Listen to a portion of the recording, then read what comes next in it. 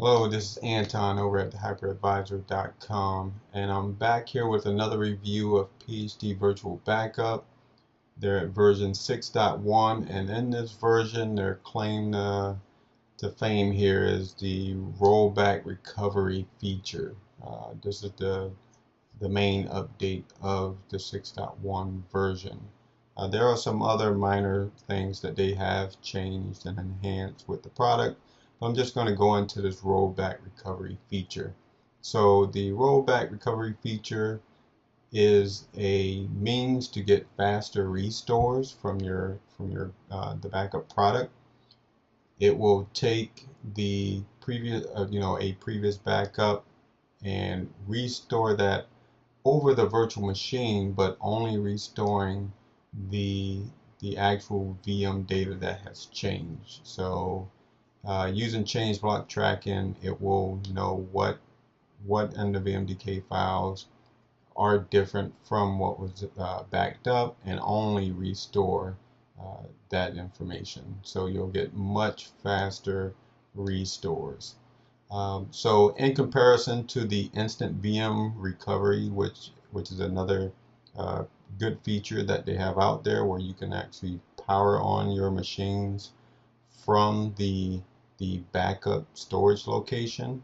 Um, this feature is to get you back up in production and have your machines running in your production storage that's typically going to be fast enough to, as you were in production versus the instant VM recovery where you could be running in a degraded performance state.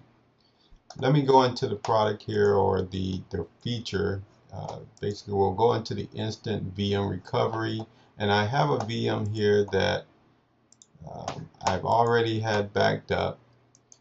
We can I'm just going to create a folder here. I know this doesn't simulate an actual failure, but I don't want to screw the machine up totally here. But I'm going to create a folder on the desktop here. And let's just, in the back of our head, assume that maybe we did an update to this machine and it totally holds the machine to where it will not boot up for us, or maybe a virus got in and started, corrupted the system, and because it's been compromised, we don't want to go in and try to fix what has been broken. We just want to go ahead and quickly restore it back to its, a normal operating state before the machine actually got the virus on it. So let's go ahead. We have the new folder here that I put on the desktop. One caveat with this rollback recovery is that the virtual machine has to be off. You cannot run the rollback recovery feature with the virtual machine on. So now that the virtual machine is off here, I'm going to do a switch over to the PhD virtual console here, the backup console. We're in the instant VM recovery. We'll go ahead and run the wizard. This is really simple to go ahead and set up. It's no different than going to the wizard for the instant VM recovery if you've done that before.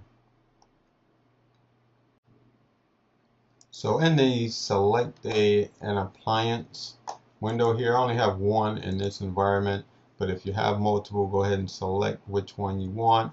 It'll bring up information about the actual appliance and how many VMs it has available in its backup, and then we'll go ahead and click next. I'm going to go ahead and select the machine here. This is the VM that I turned off and that I put the folder on. So we're going to restore back to this previous state of a backup that we did of this virtual machine, and we're going to choose rollback uh, the rollback option. You can see here we still have the instant or the standard recovery types here, but we'll choose now the rollback feature. What they've put in here is a warning saying that the data will be restored for the VM. So any data that's been changed after this backup that you selected will be lost. So just be aware that there will be some data loss. How much data loss will be determined on how often you run your backups and when you're actually needing to do this rollback. So they also have a snapshot feature which is on by default, so it will snapshot the virtual machine before they do the rollback, and if there's anything that goes wrong, they can revert back to the snapshot. Now, if everything goes okay, you'll see that the snapshot will be removed automatically. Everything else is grayed out, except for the power the virtual machine on here in the recovery default options. And we can schedule this anytime we want. But I'm going to go ahead and run this right now. The next screen just basically shows the summary of what's going to happen here. It's going to power the virtual machine on, and it's restoring this disk for this VM. I'm going to hit submit. So we hit submit. Now we're in the jobs area, and we can see that this rollback job is running. If we go on over and switch to vCenter, we'll see that a snapshot was created for this virtual machine, and it's going to go ahead and do the rollback recovery here. And once the recovery is done, then the snapshot will be removed. Okay, so the rollback has finished. Now we just need to go ahead and power on, or actually the job was set up to power the machine on automatically. So eventually here, let's go in the virtual center, and the task to power on the virtual machine has already been started.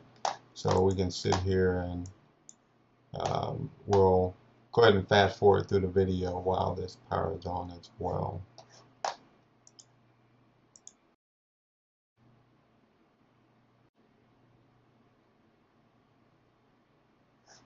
Alright, the machine is fully powered up now. Let's go ahead and log in, and we can take a look at the desktop, and the folder that I placed there should be gone. Just to show that it's not at the state it was before we did the rollback.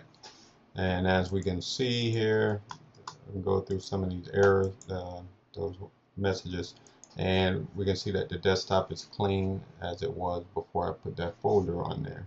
So that's just a quick look at the rollback feature for your virtual machine. Again, I'm Anton Hayward over at the hyperadvisor.com. Go and check out the website as well as some of the other videos that I've done here on YouTube.